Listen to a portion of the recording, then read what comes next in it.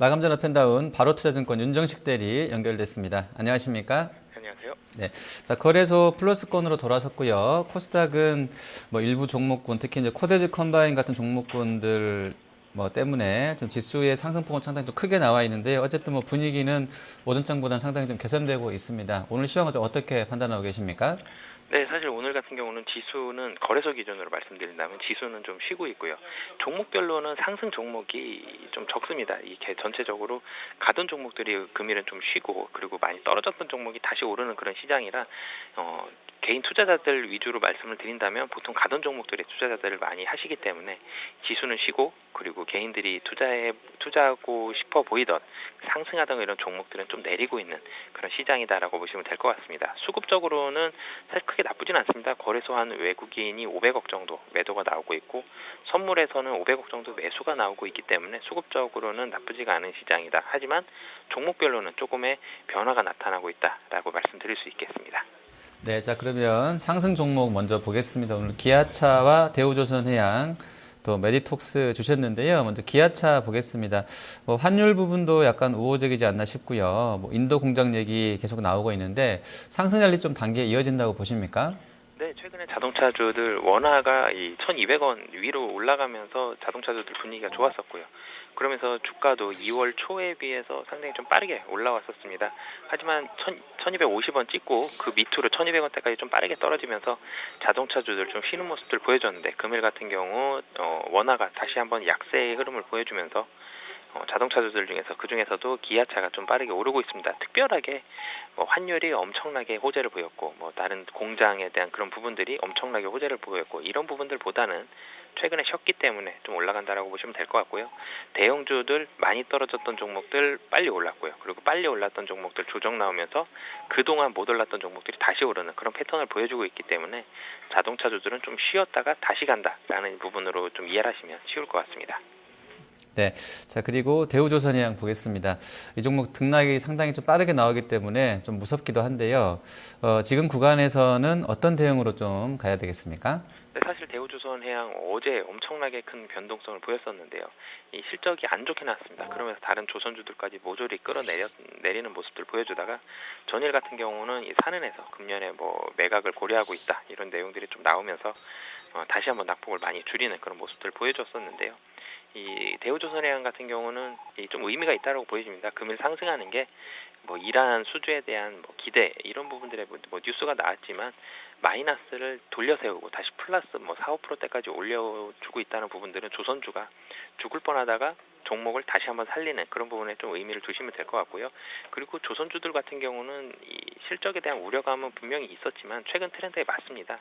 왜 워낙 밑에 있었던 종목들 올리는 부분들에 대한 트렌드가 맞기 때문에 악재가 다시 한번 나오지 않는다면 분위기를 반전시킬 수 있는 금일 같은 경우는 좀 의미 있는 상승이다라고 보여지고요. 금일 하루만으로 상승으로 분명히 돌아섰다라고 말할 수는 없지만 차트가 여기서 한 번만 더 위로 올려 세운다면은 분명히 좀 좋은 모습이 나타날 수도 있겠다라고 이렇게 보여집니다. 네, 자 그리고 메디톡스 보겠습니다.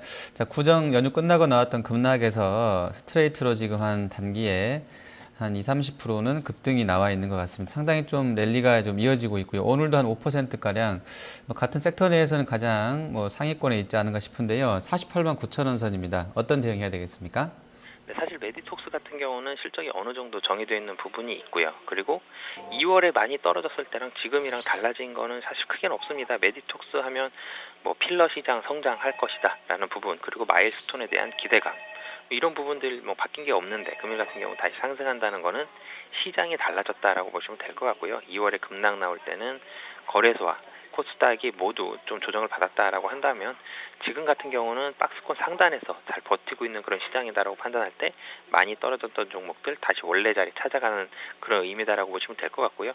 그리고 바이오 제약 종목들 조정받았던 종목들 최근 들어서 다시 오르고 있기 때문에 메디톡스 그 선봉에 서서 시가총액 큰 종목이지만 선봉에 서서 잘 섹터를 이끌고 있다라고 보시면 될 것 같습니다.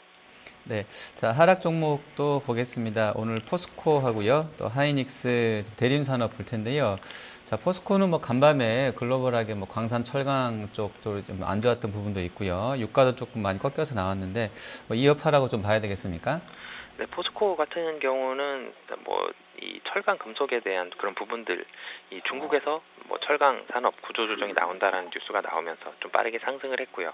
그리고 철강 가격이 2일 동안 한 20%좀 급등하는 뭐 역사상 유례 없는 그런 사태가 일어나면서 포스코도 분위기 좋아지는 거 아니냐라는 얘기들이 있었는데, 전일 같은 경우는 이 두 가지 이슈가 있습니다. 중국 경기 둔화 우려에다가, 그리고 이 철강 고객들이 이 경기를 과도하게 부정적으로 보고 재고를 상당히 많이 비워뒀습니다. 하지만 3월 들어서 경기가 생각보다는 덜 나빴기 때문에 일시적으로 재고를 확보하는 이런 상황에서 2일 동안 20%가 급등을 했거든요.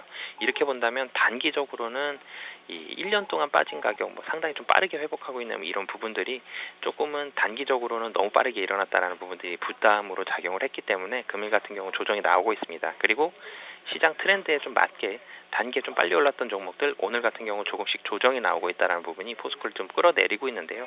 하지만 거래소 대형주들 추세적인 조정이 나오는 종목 한 종목도 없습니다. 그렇게 본다면 조정의 마무리 국면에서는 다시 한번 상승에 대한 기대감 충분히 가져볼 수 있다라고 보시면 될 것 같습니다.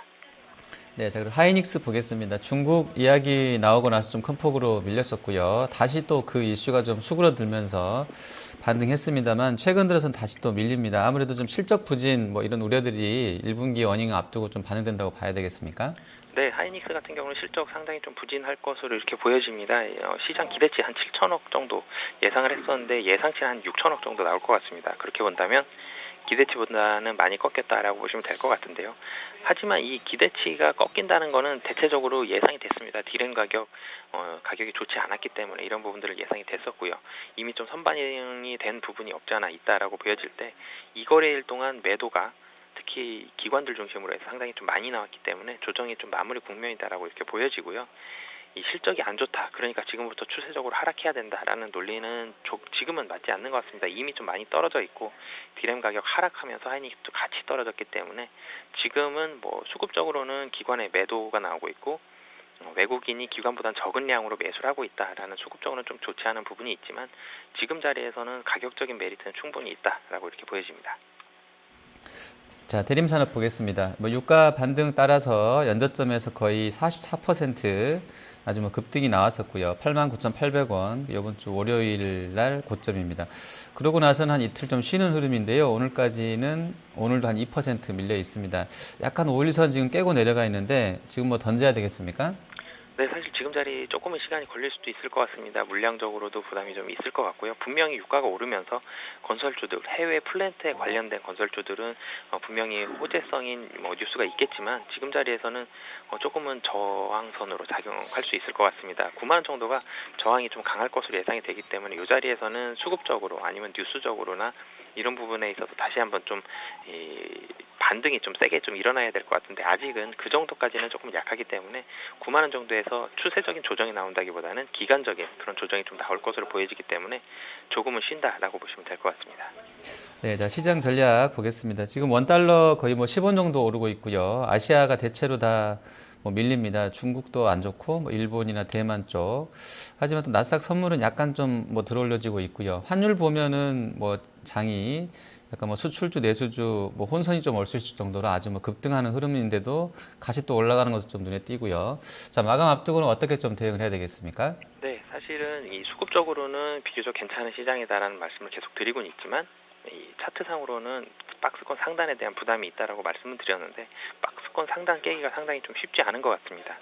이런 부분을 본다면 박스권 돌파를 위한 추가적인 모멘텀이 필요하고요. 뭐 실적이 됐든 뉴스가 됐든 국내 시장에 있어서의 그런 모멘텀이 추가적으로 필요하다라고 이렇게 보여집니다. 박스권 상단에서 사실 추세적으로 매도하기에도 조금은 뭐 그렇게 매도할 만큼 나쁜 시장이 아니기 때문에 국내 시장 이 정도 자리에서 좀 버틸 것으로 보여지고요. 박스권 돌파를 위해서는 한 번에 뭐 모멘텀이 추가적으로 더 필요하다. 그렇기 위해서는 뭐 시장의 매수를 위해서는 모멘텀을 확인하시고 들어가시는 게 조금 더 안정적인 전략이 될 수 있을 것 같습니다. 네, 알겠습니다. 오늘 말씀 잘 들었습니다. 네, 감사합니다. 네, 마감 전 오픈다운 윤정식 대리였습니다.